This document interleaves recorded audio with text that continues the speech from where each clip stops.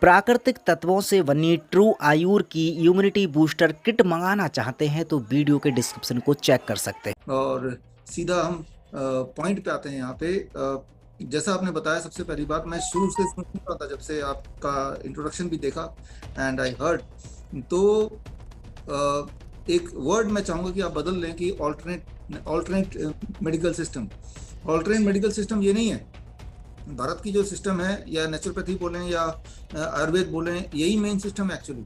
और हर हाल में हर तरह से मेन सिस्टम है वो, इसलिए क्योंकि जब भी कोई इंसान ठीक होता है, आप देखेंगे आज की तारीख में, अगर मैं आंकड़े की बात करूं, अगर भारत की बात करें किसी भी देश की, भारत भी एक गांव है। भारतीय जो है वो गांव में बसते हैं। 99% लोग जो शहर में है वो थोड़े से लोग हैं, उनमें भी बहुत सारे लोग हैं जो होम्योपैथी आयुर्वेदिक इलाज में ही जाते हैं। तो थोड़ी बहुत बहुत अबाउट बहुत थोड़े से लोग हैं आज पूरे वर्ल्ड वाइड जो मॉडर्न मेडिसिन जिसे बोलते हैं उसको फॉलो करते हैं। सो एक्चुअली वही ऑल्टरनेट थेरेपी है, और ये मेन स्ट्रीम है पहले से, जो हजारों साल से चल रही है, that is the main stream. लेकिन वो ऑल्टरनेट कर करके उसको दिमाग में हमारे घुसाने की कोशिश किया कि alternate is rest of the things except the modern medicine. तो सबसे पहले तो आपकी ऑर्गेनाइजेशन की तरफ से एक मैसेज इसके बाद से जाए कि हम व्हेन वी से main stream medicine, it is homeopathy, it is Ayurveda, it is naturopathy.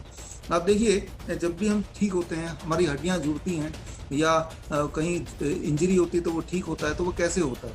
वो दुनिया की कोई दवा नहीं है जो हड्डी को जोड़ पाए। कोई दवा है ही नहीं, लिटरली कोई दवा नहीं है। दुनिया की कोई दवा नहीं है जो आपकी स्किन को जोड़ पाए। वो लोशन वगैरह लगा देते हैं, लेकिन जो लोग लोशन लगाते हैं, डिटॉल लगाते हैं, सेपरेट या बाकी सारी चीज़ें लगाते हैं, उससे उनके जो हीलिंग है वो डिले ही होता है। That is what is there in evidences. तो फिर वो जुड़ता कैसे है? वो जुड़ता है सिर्फ एक ही चीज से, वो है आपकी अपनी immunity, and that is what is called naturopathy. Right, naturopathy बोले या आयुर्वेदिक मेथड से अपने आप को अपनी इम्यूनिटी बढ़ाते हैं, क्योंकि इम्यूनिटी बढ़ाने की भी कोई दवा नहीं बनी। तो अगर हम मॉडर्न मेडिसिन को मॉडर्न बोलते हैं या मेन स्ट्रीम बोलते हैं, तो जो बेसिक आपके हेल्दी रहने के लिए सबसे बेसिक फैक्टर है आपकी इम्यूनिटी बढ़ाना। क्या कोई ऐसी मेडिसिन बनी है आज तक जिससे इम्यूनिटी बढ़ जाती हो? नहीं बनी है। अगर बनी है तो आप बताइए क्या नाम है उसका, आप टाइप करके कमेंट कर सकते हैं। There is no medicine ever made, modern medicine, जिससे इम्यूनिटी बढ़ती है। That is the first important thing, we have to start from the beginning, that is the immunity. और इम्यूनिटी बढ़ाने की कोई दवा नहीं है, कोई मॉडर्न मेडिसिन नहीं। इम्यूनिटी बढ़ाने के लिए आपके जो नेचुरोपैथिक सिस्टम है, वो धूप में बैठना हो या फल और सब्जी अपना लाइफस्टाइल मॉडिफाई करना हो, that is what leads to immunity. अब पिछले एक साल में इम्यूनिटी को हमने बहुत अच्छी तरह जाना और इसके बारे में ज्यादा एम्फोसिस किया गया, डायरेक्टली इनडायरेक्टली। तो शुरू करते हैं शुरुआत से, और मुझे लगता है मैं 15 से 20 मिनट लूंगा आपके, उसके बाद सवाल जवाब हैं तो, या 20 से 25 मिनट, उसके बाद क्वेश्चन आंसर के अकॉर्डिंग। तो सिर्फ एक इंप्रेशन बनाया हुआ, जैसा आपने आज इस शुरुआत में बोला मॉडर्न मेडिसिन, अपने आप को हमने बोला ऑल्टरनेट मेडिसिन, तो दिमाग में परसेप्शन बनाया हुआ है कि सबसे एडवांस चीज है, उसमें बचने की संभावना ज्यादा है। लेकिन अगर हम लिटरेचर वाइज देखें, साइंटिफिक डॉक्यूमेंट देखें, मेडिकल साइंस को देखें, देखिए मेडिकल इंडस्ट्री, जो हॉस्पिटल्स हैं, मेडिकल साइंस जो जर्नल्स में है, अभी जो मैंने आपको टॉक दिया, ये मेडिकल साइंस के बारे में बताया, मेडिकल साइंस इसके अंदर है। तो मैं मेडिकल साइंस के खिलाफ नहीं हूं, मैं मेडिकल इंडस्ट्री के खिलाफ हूं। और जो साइंस है, वो मेडिकल साइंस जो है, वो किसी एलोपैथी, किसी होम्योपैथी, आयुर्वेद का नहीं होता, वो सभी का है।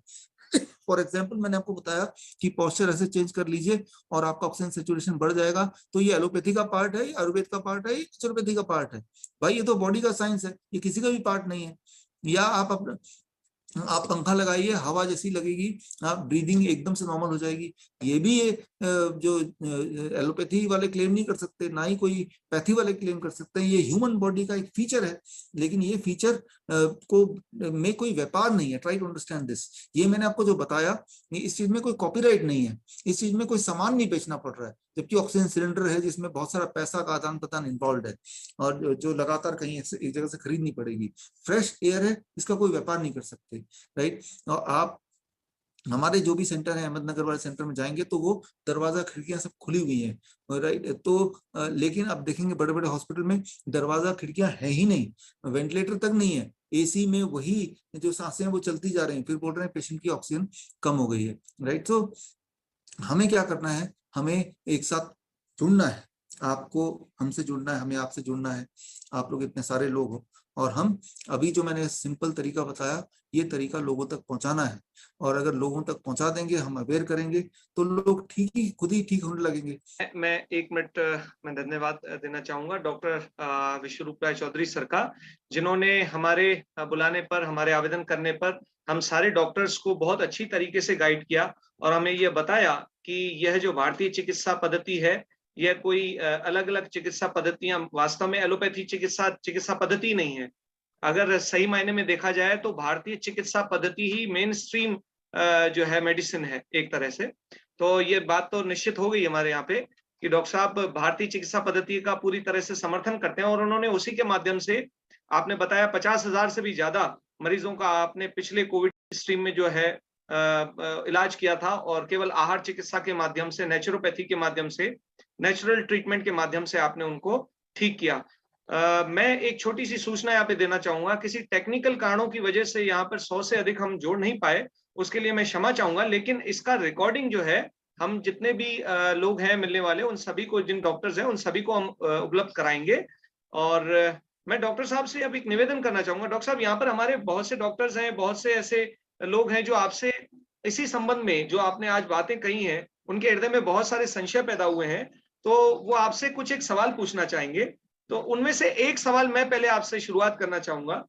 जैसे आपने कही जो बातें कही उनको लेकर के मेरा एक प्रश्न बनता है, क्या सारी चिकित्सा पद्धतियों की एक कॉमन लॉबी का संगठन नहीं किया जाना चाहिए, जो समय समय पर विभिन्न सेमिनारों में आपसी संवाद के माध्यम से भिन्न भिन्न बीमारियों में प्रत्येक चिकित्सा पद्धति की भागीदारी और भूमिका को स्पष्ट कर सके और विश्व की विभिन्न सरकारों के सामने यह डेटा रख सके कि किस तरह से वैकल्पिक चिकित्सा पद्धति या फिर यह भारतीय जो मेन स्ट्रीम चिकित्सा पद्धति है, इनकी एक मिलकर के एक लॉबी बने, फिर चाहे ये आयुर्वेद हो, ये होम्योपैथी हो, ये एक्यूप्रेशर हो, जो ये निरापद, पूरी तरह से निरापद और प्राकृतिक चिकित्सा पद्धतियां जिनके माध्यम से बिना किसी मोर्टेलिटी के या बिना किसी साइड इफेक्ट के हम चिकित्सा कर सकते हैं। कम से कम प्राथमिक चिकित्सा के स्तर पे तो इन वैकल्पिक चिकित्सा पद्धतियों का ही उपयोग किया जाना सुनिश्चित अगर हो सके, तो क्या ये उचित नहीं होगा कि हम सारे संगठनों को मिला करके सारी वैकल्पिक चिकित्सा पद्धतियों को मिलकर के एक लॉबी तैयार करनी चाहिए? इसमें थोड़ा डॉक्टर सुनील, यहाँ पे मैं 2 बात बताना चाहूंगा। पहली बात तो ये कि प्राथमिक तो छोड़िए, हर तरह की बीमारी, एडवांस बीमारी भी, इवन के फूड स्टेज कैंसर भी, आप सबको मैं ये रिक्वेस्ट करूंगा, ये किताब है one question that can save your life, ये अगर पढ़ेंगे तो आपको ये बात समझ आ जाएगी कि एडवांस बीमारी, चाहे गॉल स्टोन हो, चाहे तो फोर्थ स्टेज कैंसर हो, या हार्ट डिजीज हो, इवन हार्ट अटैक हो, या कार्डियक अरेस्ट हो, ये सारी जितनी बीमारियां जिनको हम एडवांस बीमारियां बोलते हैं, इसमें भी एलोपैथी का कोई रोल नहीं है।